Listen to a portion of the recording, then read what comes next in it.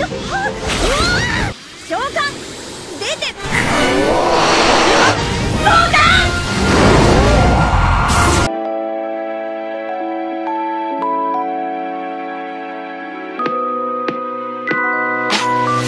Halo para animers yang taunya cuma rebahan sambil nonton menggunakan wifi tetangga. Gimana kabar kalian? Apakah masih aman wifi tetangganya?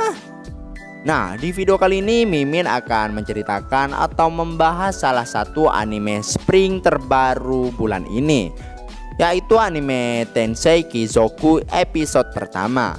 Nah, penasaran gak nih seperti apa alur cerita dari anime terbaru kali ini? Nah, tanpa lama-lama langsung saja siapkan minuman, kencangkan celana dalam, dan yaps, tanpa banyak bacot langsung saja kita ke alur ceritanya. Selebew!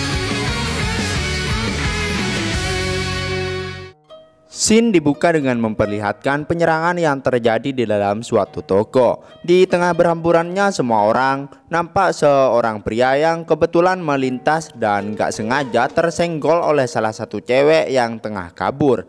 Nampak seorang penjahat yang menyerang minimarket menggunakan senjata pisaunya di tengah cowok tadi yang hendak kabur. Tapi karena kedua gadis tadi nggak bisa berdiri, hal itu membuat penjahat tadi bersiap untuk menerjang mereka berdua. Dan sebagai seorang cowok, ya dia pun nggak tinggal diam dan berniat untuk mengcomeback penjahat itu. Tapi inilah yang terjadi.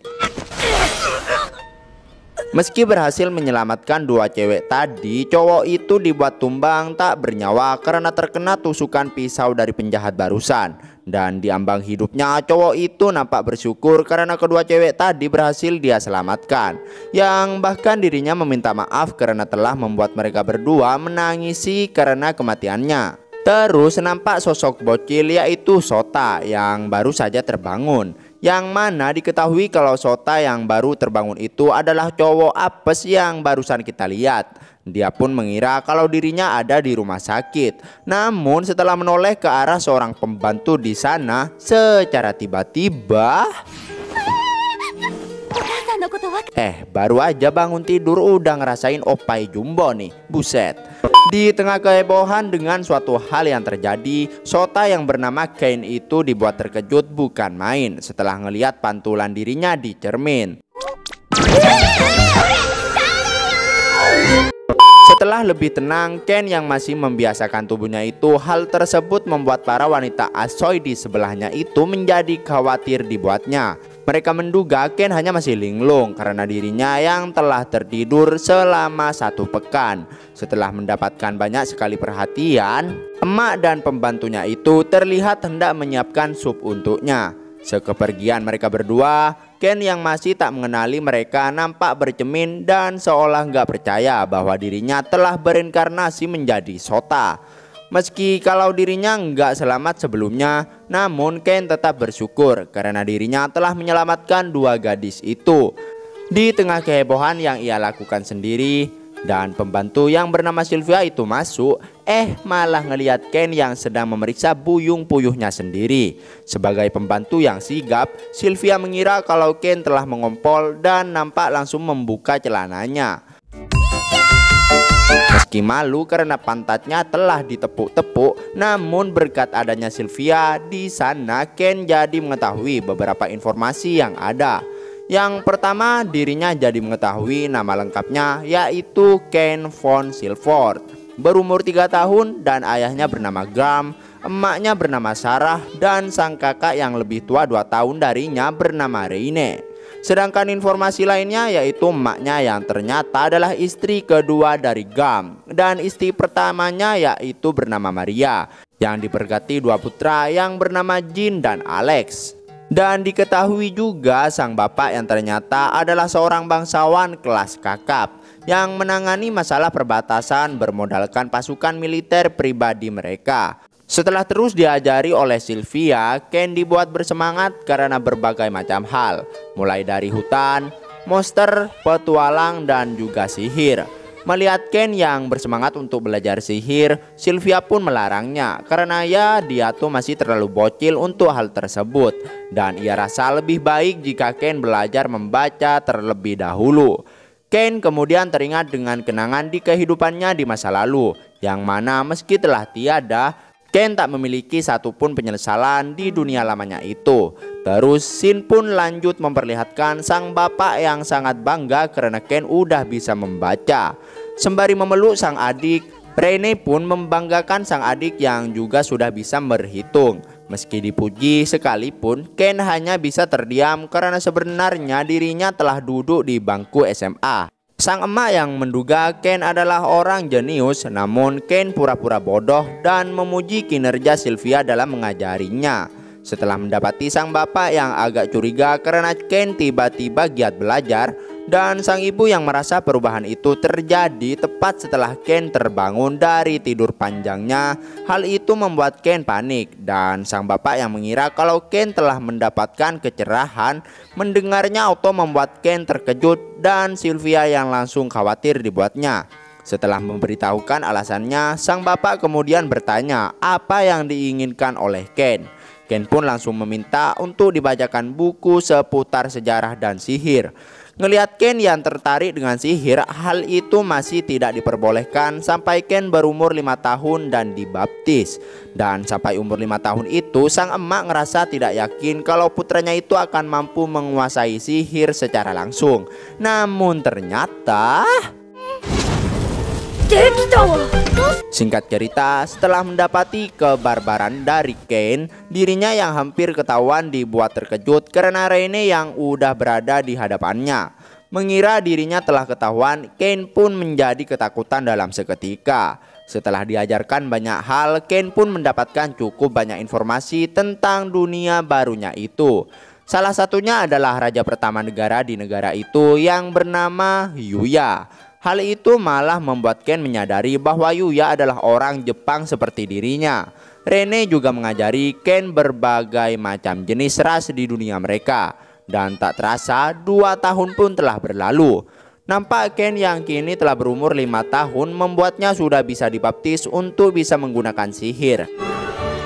Dalam perjalanan, Ken pun diajari Rene dalam memunculkan status sihirnya.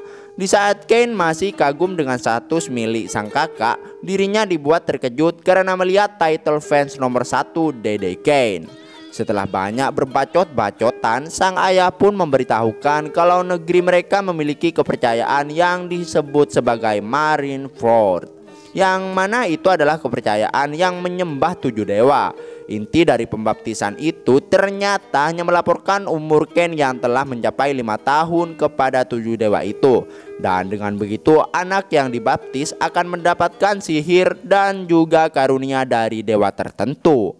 Dan di saat pendeta menyampaikan laporan pada 7 patung dewa di hadapan mereka itu, secara tiba-tiba